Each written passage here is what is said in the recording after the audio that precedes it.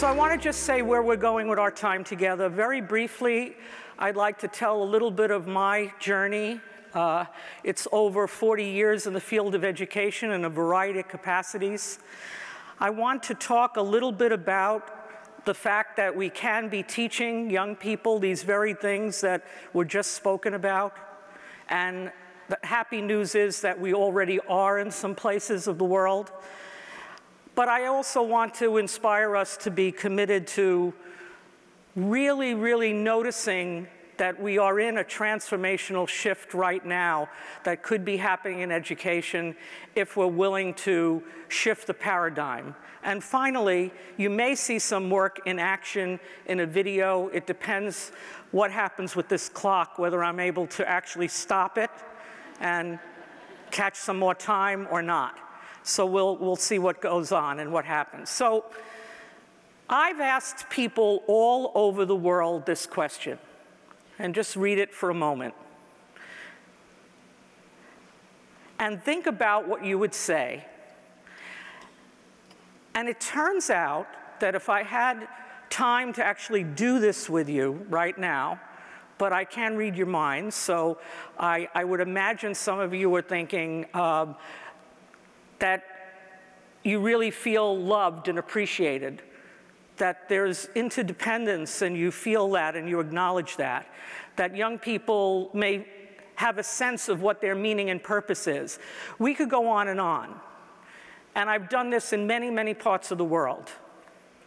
Now, what is so really tragic to me is that most school systems in the entire world are not teaching to these things. In fact, the places that are the brave ones, where they're finding time on the back burner to bring those things forth that we feel as a country, as a world, are the most important things we could possibly give to our children. And that's the paradigm shift I'm talking about. We've got to give that up. We've got to give up the idea that to be an educated person has this, what I call at this point, the supremacy of intellectual capacity at the fault of then not teaching our kids the kinds of things they really need to know to be able to be productive, caring, happy human beings. I began my career many, many years ago in East Harlem when Dr. Martin Luther King was asking our country, which is the United States for me, a very pressing question: where do we go from here, chaos or community? I believe we're still asking that question worldwide.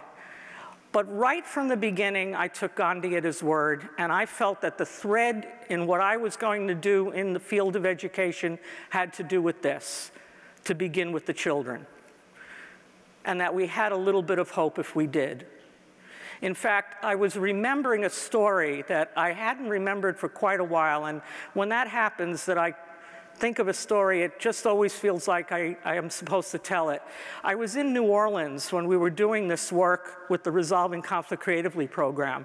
And at that point, New Orleans in our country was the city that had the most murders per month than any other city in the world. And we were teaching kids skills in nonviolence. And I was visiting, and I was around with a group of fifth graders who were about 10 years old in our country. And they were all mediators. And I said, you know, how are things going here and whatever? And oh, they're going great. And, you know, we're really, really having a school that has been turned around. And all of a sudden, there was kind of a sadness that came over. And I said, Jason, what are you thinking about? You just seem pretty sad. He said, I was just thinking that, yeah, we're doing this, but if I go outside, he said, all of those other people, he said, they're not like this. And then sure enough, right on the other side of him was another young man, Eugene, who said, but I just thought of something. And I could see his eyes were lighting up. I said, what is that, Eugene? He said, pretty soon we're going to be those people. when we grow up. And it's not going to have to be like this. Could you imagine that that 10-year-old began to see the power that he had to change around a paradigm he was seeing in his own community? But as we progressed, things kept getting worse in the United States, and they kept getting worse really in lots of parts of the world. And this is what was happening in the 1990s. And what we started to do in schools, and we still do for those of you that are not in education, is that we create curricula that is supposed to teach kids about the risk so that they don't do the risk. I call these well-intentioned but disaster-modeled curriculums. Then one day I was in my office and I received a phone call from the chancellor of the New York City schools, and at that point I was the person that had to be called when there was an emergency in the school system. I don't know how they didn't think maybe you should have more than one person since we were 1 million kids. But in those days, that's what it was, a committee of one. And I was told that there was a shooting inside a school and that there was a child who was afraid that somebody else was going to shoot him. He brought a gun to school, he closed his eyes, he shot, and he actually killed a child, another child, and he critically wounded a teacher, and I needed to go to the school right away, and downstairs was my car that I needed to go with, and I said, "Chancellor, hold on, where am I going?" And he said, "You're going to Thomas Jefferson High School," and it was where I had graduated. There are no mistakes. The next day, Dan Goleman, who was a mental health writer for the New York Times, decided that this now had reached such epidemic proportions, this level of violence, that he was going to begin to talk about what he was studying and what he was finding out about. And he was calling it, in those days, emotional literacy. He quickly changed it to emotional intelligence. And so this became the front page story the next day. And I actually faxed those peace pledges in those days to him, hoping that maybe one day he would come and visit our program, let alone thinking that it would be the front page of the Times. And what then happened was a whole new idea started to come forward, and some of you know his book.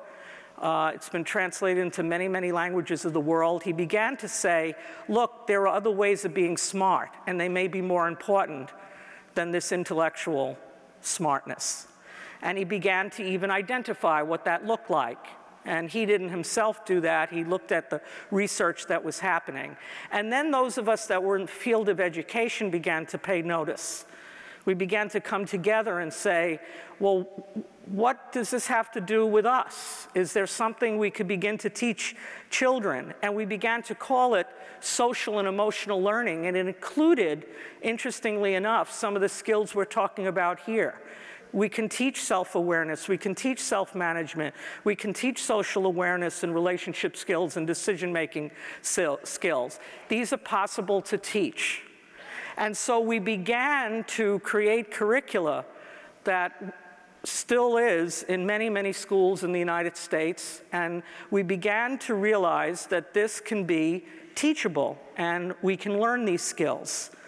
We then began to find out that not only could we do this, you know, I sometimes say to people who try to help in schools, please don't save our schools unless you know how.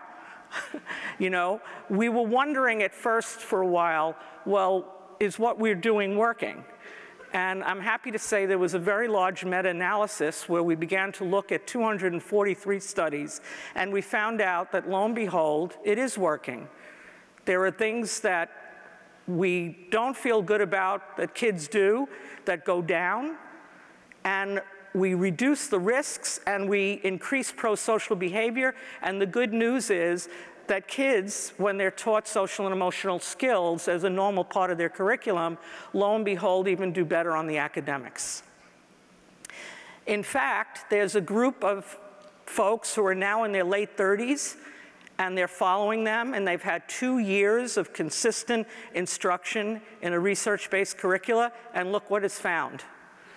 It's even better on the dollar return. But I was still noticing as an educator that our children were living in a very complex world, and that they were really still not achieving their potential, that this movement in social and emotional learning was a good one. I was behind it. I was feeling good about it, but I felt that there might be more. And I was also realizing that our kids are facing such adversity at different times in their lives, and are we really teaching to that? Are we really teaching kids to be able, as I've said here, that this metaphor of a storm where, you could have the best forecasts like Hurricane Sandy, and we still got hit in a bad way on the east coast of the United States. You still don't know the intensity of something, even though you might be prepared for it. So that's a little bit of the metaphor of what happens and what comes our way. And I was also seeing that kids are just facing so many different things that change for them. The loss of support, the exposure to media, the whole idea that their future is so uncertain and what could they do about it. So all of these things were happening for kids. And in the United States, I'm sorry to say that 1 out of 5 kids just growing up in the US wind up having a mental disorder. There's got to be something wrong with a culture that raises kids, that 1 out of 5 of them is not emotionally healthy by the age of 17. Pretty sad statistics. So I began to ask this question big time. I think we've got to go a little further than the social and emotional learning skills. And there are things like resilience and caring and being happy human beings, are these things that could be taught as well. And I began to prepare to write this book. However, I was forced to, by my publisher, send in the book sooner and sooner with the due dates. And I don't know about those of you that have written books, for me it's torturous. So the fact that she kept making them earlier and earlier was a very stressful situation, until finally I said, Deanne, why did you do this? I was keeping to the deadline, and you kept changing it. She said, well, because I was leaving this press, and I didn't want this book to be on the shelf, and it really needed to come out. I said, oh, well, when is it coming out now? She said, August 2001. It'll be in every bookstore in the United States. And 8 days later, of course, we know what happened. This is a drawing of a child who saw too much at a school nearby. This is a child who began to try to make sense out of it. Couldn't we have done something? And this is a teacher who said, in that instant, I understood what it meant to be a teacher because I could run no further than that little kindergarten kid could run. And what happened on that day is that 8,000 kids had to run for their lives with 200 teachers who didn't go to their own families and took care of those kids. And everybody was safe, and everything was okay, but at great cost, needless to say. This is a principal who's overlooking ground zero. She's in her school auditorium, and she lost her sister. So we were faced with a situation in New York in particular, and really something that affected the world, that needed some real heart-to-heart resuscitation. And my dear friend Azim Khamisa said it very beautifully. He talks about having a bully-proof spirit, and saying that, in fact, this kind of resiliency, more than education, intelligence, or wealth, might be even more important predictor of happiness. So we were asking this question right after 9/11. We were asking it deeply. At first, therapy came up. Well, we'll give all the kids therapy. And they did the math, and they realized, good luck. Instead, luckily, we began to realize that we could use our schools to be places that began to work with this feeling-learning connection, that if kids are going to feel really, really upset, they're not going to be able to learn because of this connection of the feeling, memory, focus concept. And we started to say, how can schools be less about preparing children for a life of tests, but really prepare them for the tests of life? And so we realized we had to create safety in these schools in a different way. And we had to create safety in the lives of the teachers and parents that weren't feeling that emotional safety. And I like to quote Parker Palmer here when he says, we need to create communities that hear each other into speech. Have you ever had a friend where you have that kind of talk where is all she or he did was listen to you so sensitively that they heard you into speech? It's one of the biggest gifts you could give someone. And we started to do that, and that's how we began the Inner Resilience Program, which started right after September 11th. But you know what? We realized that all of what we were doing for teachers and children, they actually needed on September 10th, 2011. And so we started to teach teachers first about contemplative practices. We took them on retreats. We provided yoga classes. And we then eventually began to say, after a couple of years actually, well, what could we add to the social and emotional learning curricula that could help young people with this issue around resilience? And this book is here, and it's based on the curriculum that we have developed. And we realized that teaching kids how to calm down instead of just telling them was something that was possible, and it was life-saving for kids. Here's a classroom in New York City where you could see the paraprofessional is learning it along with the kids. We began to infuse these concepts into everything we were doing, into the books that they were reading. We also began to say, could there be a place in homes and in schools that are not the cool-off corner that some of you may do, I encourage you not to, but I know that, you know, when last resort, we have those cool-off corners, but rather a peace corner, because a peace corner is a place where you begin to become more self-aware and do what Todd said, begin to identify, well, what is that bad feeling? What am I feeling? And how can I begin to calm myself down and practice that? And this little boy says it beautifully. He says, it's where I can think, it's where I can practice, it's where I can just sit, and look how he writes it, still, and how much he treasures that, and breathe. So what we really are talking about here is that schools can be the places in our society where kids of all ages are showing up in many places of the world on a regular basis, and they could be key places that could be intentionally teaching the many skills that we've been talking about here today. It could be all over. And we have schools like this where all of the things that are listed here, we have begun to do differently. From having mindful eating times once a week, to having peace corners in every room, to having principals look at their leadership style and realize what they need to do differently. What we learned is that the human spirit is stronger than anything that could happen to it. And I think what I am going to do is do one more slide, and then I think we are going to have time to let the kids have the last word, because I think that's really what I'd love to do. I want to say that one exciting thing happening in our country is that there's a new bill in front of our legislature, federal bill, that will help forward this work in a very big way. Congressman Tim Ryan is one of those people. He's written a wonderful book called Mindful Nation. We hope that we will encourage others in other parts of the world to think about this, to actually have federal legislation that begins to say this is important for kids. We feel the time is really right. There's 20 years of research already that we can begin to piggyback on. We know now from the brain research that education is really shaping the brain every moment. We know from new understandings of the brain that that this research is being done now with children, and we are beginning to see very positive results. I'll talk about that more in my workshop on Friday.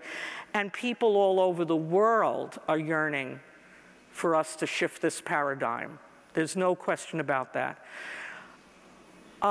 These are two twins who were born. The one on the left who has the yellow was not expected to live. The one on the right was born very healthy.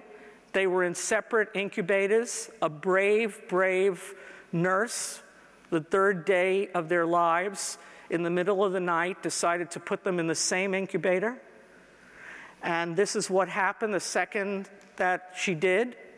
And the stabilization of the child on the left here began immediately, and both kids left the hospital very healthy.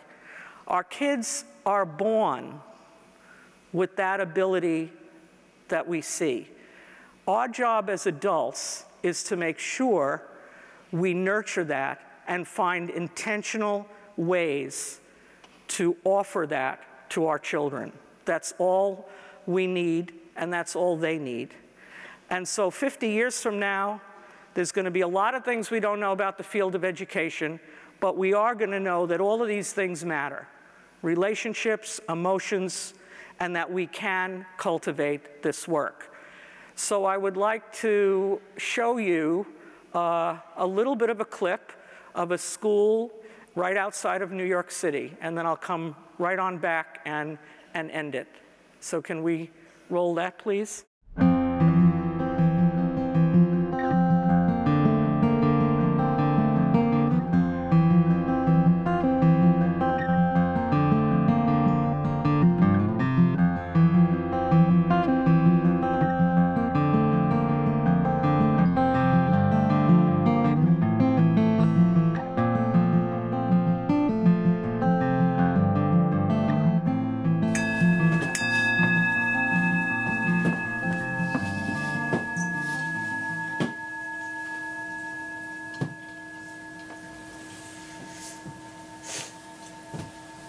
Sometimes the bell helps me. Like when the sound, it's like very relaxing.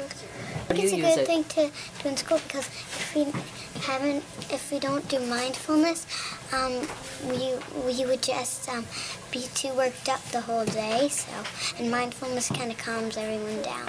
What I like about the Inner Resilience program is how it's given us a way, a language, curriculum to enable children to learn coping mechanisms, steps to calm down, steps to be peaceful. I used it for when I'm calming down and when I'm a little wild and when I'm feeling sad. I always know I can use it. Well, at recess, I get really excited about stuff. So when we come back from lunch, we do tensing and relaxing. Heighten everything and make your body as stiff as you can. And now, let go. You get that resolved after that few moments of what we call reflection, and that's on my schedule. You walk in, they see it, and you hear an audible ah when they walk in and see it on the schedule, because they know that that's their moment to let it all go. The kids have come up with all different kinds of things themselves. The latest one is the elevator, where they all sit straight and they go, and they love it. Well, the Peace Corner is like a nice relaxing thing, so you can relax. Because when you're feeling worked up, you can actually go there. Frankly, I'm amazed at what I imagined and what the reality is. It's far more than I ever could have anticipated. The warmth amongst the people who have participated, the community that's been created, I think has had a tremendous effect on the work relationships and on people's ability to work together in meaningful ways. The parents in our community have really, made this a huge part of what they're doing. So we're all learning together, and I've never had that opportunity before as a teacher to learn side by side with parents and to share the same common language and also priorities, that they understand what I'm doing in the classroom and they're supporting at home. The real beauty of this program is to give them tools, and all of us tools, to help deal with the stresses in life. And what better gift can you give your children than the ability to face fears, problems, concerns, stresses, and to deal with them. With the deaths of my grandma and my 3 very, very close friends, I needed to use the Peace Corner a lot. It's them learning that they have the mechanisms to take care, the coping skills to take care of themselves, whether it be a stress of a test, or that they got teased, or whatever it might be, that they have tools within themselves to take care of themselves. Mindfulness is very helpful. The first time you do mindfulness, you're not going to be that good. You're not going to do it perfect. Your mind's going to wander probably. And whenever you're sad, maybe you could use it. Even at your house when you're feeling a little cranky, then you could use it too. It's very nice to have mindfulness. Then you can always feel happy. Oh my, what these folks are just amazing. So Parker Palmer, again, one of my heroes who's written The Courage to Teach, says, we must remember that all great movements start simply. A few people feel the pain of a divided life and resolve to live it no more. In that resolve is the power to live our moment to its full potential. And what I hope I've done in the last half hour is to encourage us to begin to dismantle that paradigm that school is about just educating the mind, but that it is about educating the heart and the spirit as well, and to just ask ourselves what we can do in our own communities to further that concept. After 9/11, the school closest to the World Trade Center was so grateful to the firefighters that they decided to invite them over, and they baked cookies, and then they told them to go to the 3rd floor and look down, and you could see what happened. And I thank you as well. Thank you.